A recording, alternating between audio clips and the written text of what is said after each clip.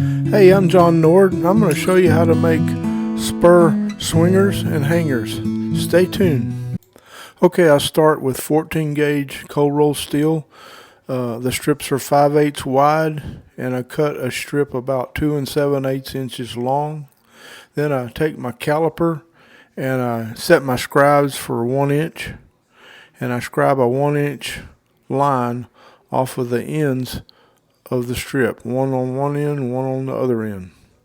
So we'll wind up with two 1 inch scribed lines, one off of each end. And just mark straight across. And this is going to give us a reference point to put it in the vise at. And we're going to take 2 copper strips to keep it from marring it, and we're going to put it in the vise on one of the 1 inch lines. It doesn't matter which end you start with. And we're going to hammer this over to a 90-degree angle, and it needs to be a 90. So just hammer it down, and then I'll pull it out of the vise and check it. And if it's a little overbent, then I can straighten it up with a hammer. And if it's a little underbent, I can put it back in there and bend it a little more. I've got it about right here. Now I'm going to take this jig, and now at the end of this video, I have put the plans to this jig. So tune in to the last of the video to get the plans to how to make this jig. Anyway, I put the 90 down, and the other part of the strip over the top. I put a 3/16 pin and a vice grip to hold it up against the jig like that. And then what I'm going to do is I'm going to take a big screwdriver, and I'm going to take the long end here and start bending it up over that 3/16 rod. Now this is only being done to get it started. Once that's up in the air like that, to where I can get a hammer on it, I take a hammer, it's a small shop hammer, and I slide it along the top of the jig, trying to stay right down on the bottom, and I hammer it over the top of the 3/16 pin. This makes for a tight bend. Now if you get sloppy and get your hammer up high, you're going to have a loose bend. But if you'll stay down low and hammer it right, it's going to come up with a real tight, no play or minimum play swinger. Then I remove the clamp and I go ahead and finish hammering it on down. And yeah, you'll mar it a little bit, but you can sand that out here in a little bit. I'll show you. Pull the pin out and look at it to make sure it's a good tight bend. You can put that pin through there and see how much play you got. If it needs just a little bit of play, and it should be a real nice tight bend. And like I say, you can build this jig if you'll tune into the last of the video and get the plans I got on there. And I want to thank Wilson Capron for showing me how to bend these swingers. I learned this from him. Then I sand these swingers down to 9/16 wide. Now that's the width I need for my swinger slots on my spurs. You may need a 5/8 wide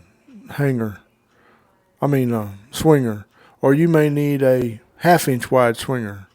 Whatever the width of your spur pattern is what these swingers need to be. This 9/16 fits mine perfect, and I don't want too much gap in there, just enough to move back and forth. Then I take a washer and I put it right out on the end, and I just scribe me a line over the top of it. That's going to give me a nice curve on the top of these. Now when you bend them, you may have one side a little higher than the other, but when you do this right here, this is going to even them out.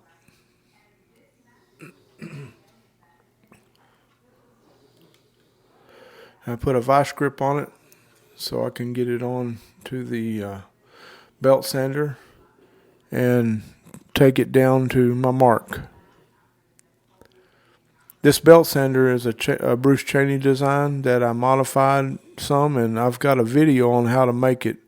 So tune in to my channel and you'll see how you can make one of these for reasonable money. I had a 120 on here, and now I'm going to a 240, I believe. And I'm just getting these Mars out of it from the hammering and smoothing it down. I also rock it back and forth. Wilson taught me this. It takes the sharp edge off of these, and it kind of makes a taper end on them, and that looks real nice. And I love the way this looks. And if you'll just rock it back and forth on your belt sander, it'll smooth that up real good, and it gives it kind of a rounded end. Now I mark 5/16 down from the top of the swinger. Some people do 3/8, and then I mark in the center, and then I center punch that, and I drill it with a 3/16 bit. Now, sometimes you want to drill with a 1/16 just to get the hole through there straight, and then go to the 3/16. Then I take a countersink bit, and I put just a little bit of a collar on the back side of the swinger, and this will be the brad space. When I brad my button in, I'll put it through there, and I'll just brad it. Now I'm showing here that what I do next is I would open this swinger up with a screwdriver, and then when my hanger's on my spur, I can just slide it up under it and put it in there. Then I close it together.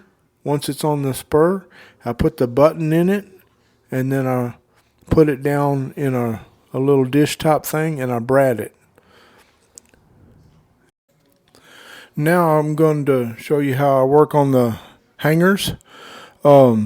This is my bender. I show this on some of my other videos on how to bend it or how to make it. And there's also videos on YouTube showing how it's made. Anyway, I bend the 3/16 rod to a 90 degree, and I'm about 3/4 of an inch off the end. And I bend that to a 90 degree angle, and I make sure it's exact 90. And then I take it to my spur strap, and I match it up to the holes on it. And I want to make sure that it's bent properly to go through those holes. And that's just precision there. You have to have a caliper and get it just right and know how your bender's going to bend it. And I do these individually to each pair of holes on the spur strap. And then I put it on that mark, and I bend it again. And I have my hanger, and I take it over to my bandsaw, and I cut off this hanger. And I'm just checking it here to make sure it's about right. Now I'm going to cut off the other side of the hanger, even with the other one. And these will be long, and they will be trimmed right before we brad them into the spur band. And I show all this in my Spur series videos.